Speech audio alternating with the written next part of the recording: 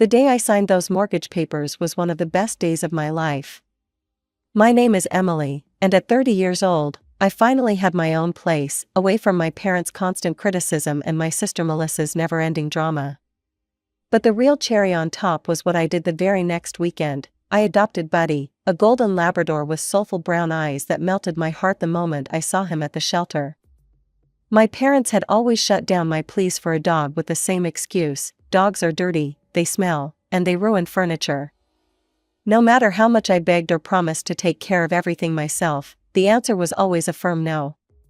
So instead, I channeled my love for animals into volunteering, spending every Saturday throughout high school walking dogs and cleaning kennels at the local shelter.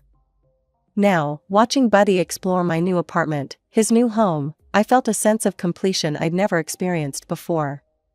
He sniffed every corner, his tail wagging enthusiastically as he investigated his surroundings. Within days, we settled into a routine. Morning walks before work, evening training sessions, and weekend adventures at the dog park. I enrolled him in professional training classes right away, not because he was badly behaved, but because I wanted to give him the best life possible. "You've got yourself a smart one here," his trainer, Mark, told me after the first session. "Quick learner, eager to please."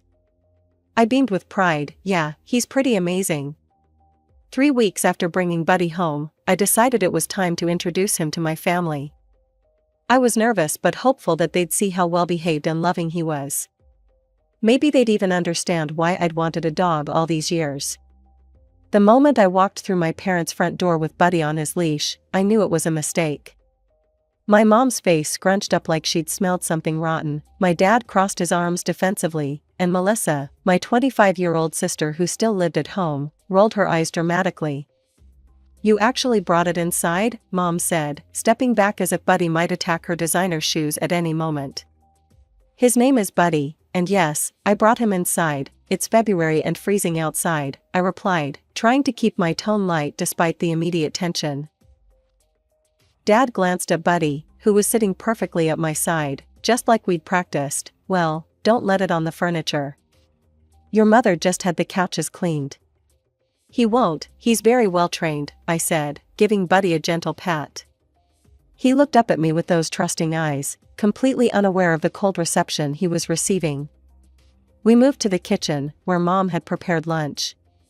Buddy laid quietly under the table near my feet as we ate, not making a sound. "So, Melissa," Mom started, her voice immediately warming, "tell Emily about your promotion." Melissa straightened up, her face brightening. "Yeah, my boss practically guaranteed I'll get it. Just a couple more weeks, and I'll finally be able to afford my own place. A place where I can live however I want, without constantly having to check with Mom and Dad about everything." The irony wasn't lost on me. She complained about our parents' control while still living under their roof and following their rules at 25. "Well, we're very proud of you," Dad said, beaming at her. Then, as if remembering I was there too, he added, "Emily's doing well with her mortgage payments, right?" Before I could answer, I felt Buddy shift under the table. Melissa let out a dramatic yelp. "It touched me." "Get it away," she shrieked, pushing her chair back. "He just wanted to say hello," I explained, gently guiding Buddy back to my side. "He's friendly." Mom shook her head firmly. "Emily, I think it's best if you don't bring the dog when you visit in the future. Your sister's clearly uncomfortable, and frankly, so are we." I looked around the table at their disapproving faces, feeling a familiar disappointment settle in my chest. Nothing had changed. I was still the odd one out in this family, and now Buddy was too. "We should get going," I said, standing up abruptly. "I have some errands to run before evening." As I drove home with Buddy sitting calmly in the passenger seat, I realized something had shifted. For years, I'd tried to please my parents, to fit into their expectations. But now, with my own home and Buddy by my side, I finally had the freedom to live on my own terms. "Just you and me, Buddy," I said, reaching over to scratch behind his ears. "And honestly, that's all I need." Over the next few months, my visits to my parents' house became less frequent. When I did go, it was only when my friend Tara could watch Buddy for a few hours. Every time, the conversation inevitably turned to Melissa, her career, her plans, her dreams. It was always the same script, with me playing the role of supportive older sister while feeling increasingly disconnected from my family. During one such visit, Melissa pushed past me in the hallway, her face pinched with frustration. "Promotion fell through," she muttered. "Boss said maybe next quarter." "I'm sorry to hear that," I said sincerely. "These things happen. There'll be other opportunities." She leaned against the wall, her eyes drifting to my car keys in my hand. "You're leaving already? You just got here." "I need to get back to Buddy. Tara has plans tonight." Melissa scoffed. "That dog, you act like it's your child or something." "He's family to me," I said simply. She shook her head, then looked at me with an expression I couldn't quite read. "You're lucky, you know that? Your own place, making your own rules, must be nice." I didn't know what to say to that. It was nice, but it wasn't luck. It was the result of years of saving, planning, and working hard. Things Melissa never seemed interested in doing. Life settled into a comfortable routine with Buddy. Morning walks, work at the marketing firm, and his excited greeting when I returned home. Our weekends were filled with dog park visits and lazy evenings together. Then, on a regular Tuesday, my boss called me into her office. "Emily, I have an opportunity for you," she said, sliding a folder across her desk. "We're opening a new branch in Colorado, and we need someone to go set it up. 2 months on-site to train the new team." I scanned the details. The assignment looked challenging but exciting. "This would be a significant step up in your career path," she continued. "If you handle this well, we're looking at a promotion when you return. I need to figure out a few things, but I want this opportunity," I told my boss. "Can I give you a definite answer tomorrow?" That evening, I researched pet hotels, but the thought of Buddy staying in a kennel for 2 months broke my heart. He'd been in a shelter before. I couldn't bear him feeling abandoned again. The next day, there was a knock at my door. Melissa stood in the hallway, shifting uncomfortably. "Mom said you weren't answering her calls, so she sent me to check on you," she said, stepping inside without waiting for an invitation. Buddy trotted over to greet her, and she absently pushed him away when he tried to sniff her hand. "Why are there suitcases out?" she asked, pointing to the luggage I'd pulled from storage. I explained about the business trip, watching her eyes light up with interest as I mentioned the potential promotion. "So what's the problem?" "Sounds like an amazing opportunity," she said, flopping down on my couch. "It's Buddy. I don't know where he'll stay while I'm gone." Melissa looked at Buddy, who had retreated to his bed. Something shifted in her expression. "I could watch him," she offered suddenly. I stared at her, not sure I'd heard correctly. "You? But you don't even like dogs." She shrugged. "I could stay here, in your apartment. It would give me a break from Mom and Dad, and you wouldn't have to put him in some kennel." I hesitated. Something didn't feel right about this sudden change of heart, but I was running out of options. "There would be rules," I said firmly. "No parties, keep the place clean, Buddy needs 2 walks a day, his food is measured out, I'll show you how much." Got it, she interrupted, rolling her eyes. "I'm not a child, Emily." The day of my departure arrived too quickly. Melissa showed up with 2 large suitcases, looking more like she was moving in permanently than pet-sitting. "Remember, Buddy's dinner is at 6, and he gets these dental treats before bed," I explained as I waited for my taxi, "and please, no parties." "Everything will be fine," Melissa said, pushing me toward the door. "Go, be successful, Buddy and I will have a great time." I knelt down to hug Buddy, feeling a lump in my throat. "Be a good boy, I'll miss you so much." The taxi honked outside. I gave Buddy one last pat, shot Melissa a warning look, and left. The first week in Colorado was a whirlwind of meetings and setting up systems for the new office. Every night, I texted Melissa for updates on Buddy. She always replied with brief messages, "All good here" or "Buddy's fine, stop worrying." Occasionally, I managed to video call her, and seeing Buddy's face on screen, hearing his excited bark when he recognized my voice, eased my anxiety. By the 3rd week, I'd settled into a routine. The new team was enthusiastic, and I found myself enjoying the challenge. Melissa's updates continued, always positive, always brief. Then, late one evening, my phone rang. It was Mrs. Patel, my neighbor from the apartment next door. "Emily, dear, I hate to bother you," she began, her voice tight with annoyance, "but there's been quite a disturbance from your apartment these past few nights. Loud music, many people coming and going. And I'm concerned about your dog. He's been barking and crying a lot. It doesn't sound like he's happy." After thanking Mrs. Patel, I immediately called Melissa. She answered on the fourth ring, music pulsing in the background. "Hello," she shouted over the noise. "Melissa, what's going on? Turn down the music, we need to talk." The music grew fainter. "What's up?" "It's kind of late here. I just got a call from my neighbor. She says you've been throwing parties, and Buddy's upset." "Your neighbor is exaggerating," Melissa scoffed. "We had a couple of friends over, that's all, and Buddy's fine." "Show me the apartment," I demanded, "right now, video call." The call switched to video. Red plastic cups littered my coffee table, there were people visible in the background, and the living room was a disaster zone.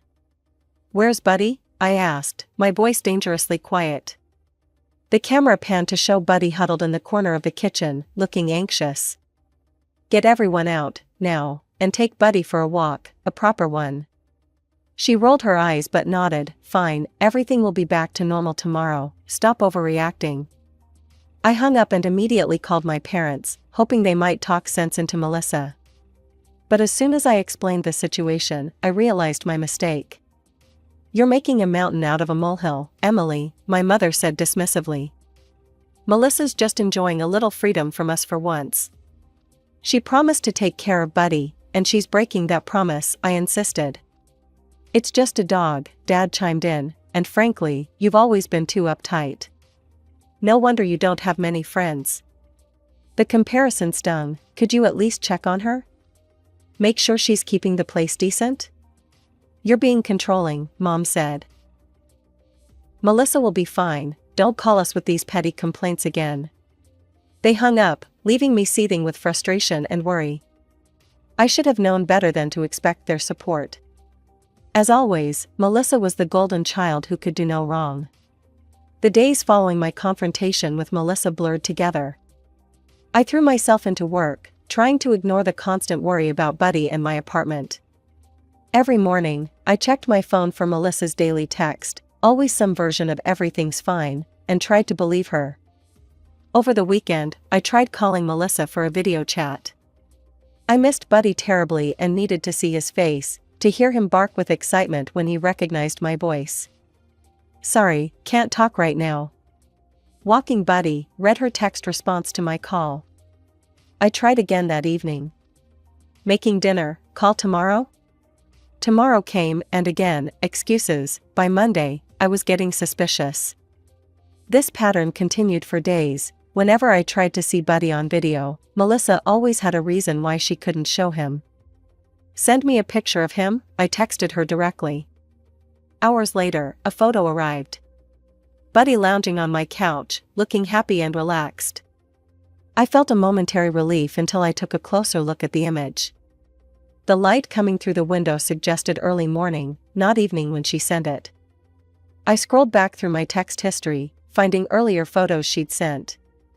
There it was, the exact same image, sent 3 weeks earlier. She was recycling old photos. My heart raced as panic set in. Why would she send old pictures unless something was wrong? With shaking hands, I dialed Mrs. Patel's number. "Hello, Emily," she answered, sounding less irritated than during our last conversation. "Hi, Mrs. Patel, I'm sorry to bother you, but I need to ask about my dog. Have you seen Buddy recently? Heard him barking?" There was a pause that made my blood run cold. "Now that you mention it, I haven't heard your dog in at least 2 weeks. The parties have continued, though they're quieter now. But no barking, no dog sounds at all." I thanked her and hung up, my mind racing with terrible possibilities. Where was Buddy? What had Melissa done? I immediately texted my sister, I need to see Buddy, video call, now. The message showed as read, but no response came. I called again, straight to voicemail. I left a message, my voice trembling with a mixture of fear and rage. Melissa, I know you're lying about the photos. Call me back immediately and show me Buddy, or I swear I'll call the police and report him stolen. Hours passed with no response. I couldn't concentrate on work, couldn't eat, couldn't think about anything except Buddy. The night passed in a sleepless blur as I checked my phone every few minutes, hoping for a response that never came. By morning, I knew I couldn't wait any longer. I called my boss, my fingers trembling as I dialed.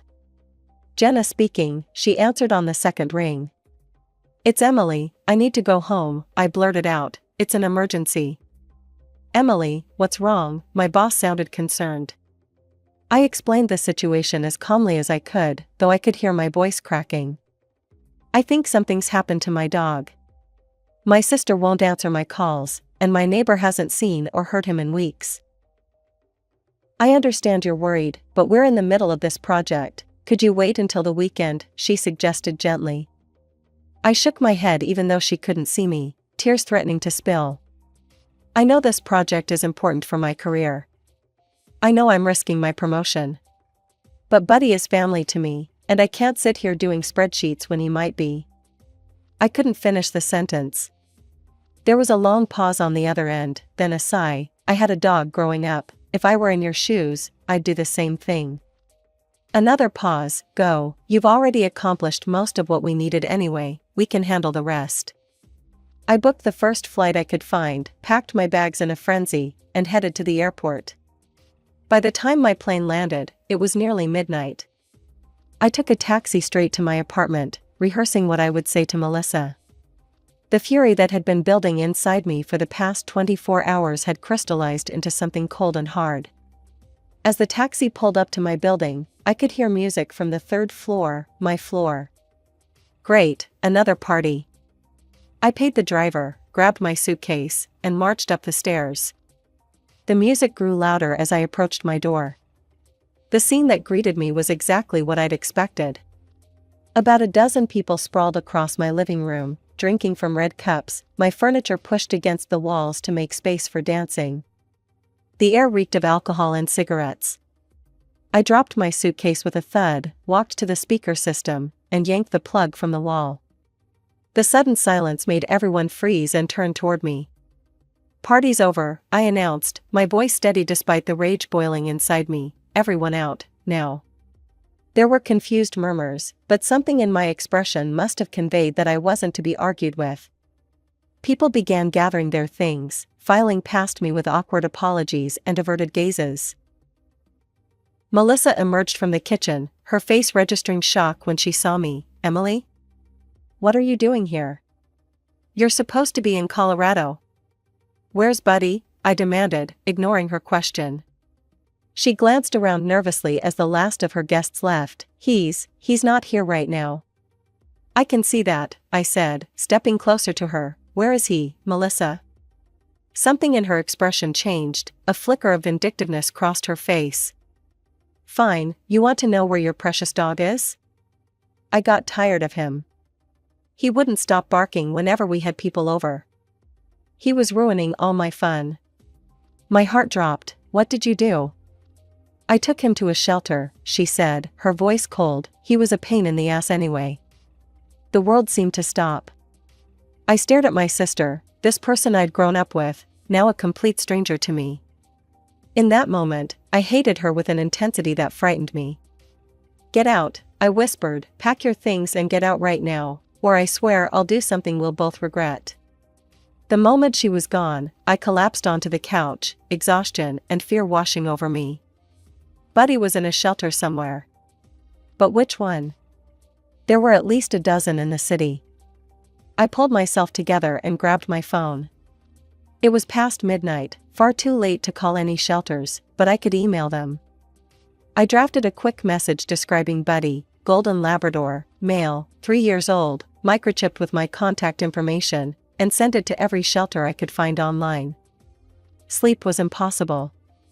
I spent the night cleaning up the mess from Melissa's party and trying not to cry every time I came across one of Buddy's toys. By morning, I was running on coffee and anxiety. I started calling shelters the moment they opened. The first 4 had no record of a dog matching Buddy's description. The 5th call changed everything. "Yes, we did have a lab brought in about 2 weeks ago," the woman on the phone confirmed. Female said it was a stray she'd found, but he had a microchip. "We'd been trying to contact the owner, but the phone number listed goes straight to voicemail. My old number, I'd changed it 6 months ago and updated it everywhere except, apparently, Buddy's microchip registry." "That's my dog," I said, my voice breaking. "His name is Buddy. I'm Emily Weber. I can come right now with proof of ownership." "We close at 5, the woman said kindly. "He'll be waiting for you." I thanked her profusely, grabbed my purse and car keys, and rushed out the door. The shelter was on the other side of town, a 30-minute drive that felt like hours. All I could think about was Buddy, scared, confused, wondering why I'd abandoned him. When I arrived, I practically ran to the front desk, identification and adoption papers in hand. The staff verified my information and led me to the kennel area. And there he was, curled up in the corner of a cage, looking smaller somehow. His coat had lost some of its shine, and he didn't immediately look up when we approached. "Buddy?" I called softly. His head snapped up, ears perking. The moment of recognition, his eyes locking with mine, will stay with me forever. He jumped to his feet, tail wagging so hard his whole body shook, and let out a joyful bark that echoed through the shelter. The staff member opened the cage, and Buddy bounded into my arms, licking my face, whimpering with happiness. I hugged him tightly, tears streaming down my face, whispering apologies he couldn't understand but somehow seemed to forgive anyway. After completing the necessary paperwork to reclaim him, we walked out of the shelter together. Buddy stayed pressed against my leg the entire drive home, as if afraid I might disappear again if he lost contact. Back at the apartment, I gave him a thorough bath, checked him for any health issues, thankfully finding none, and fed him his favorite food. That night, he slept in my bed, something I'd never allowed before.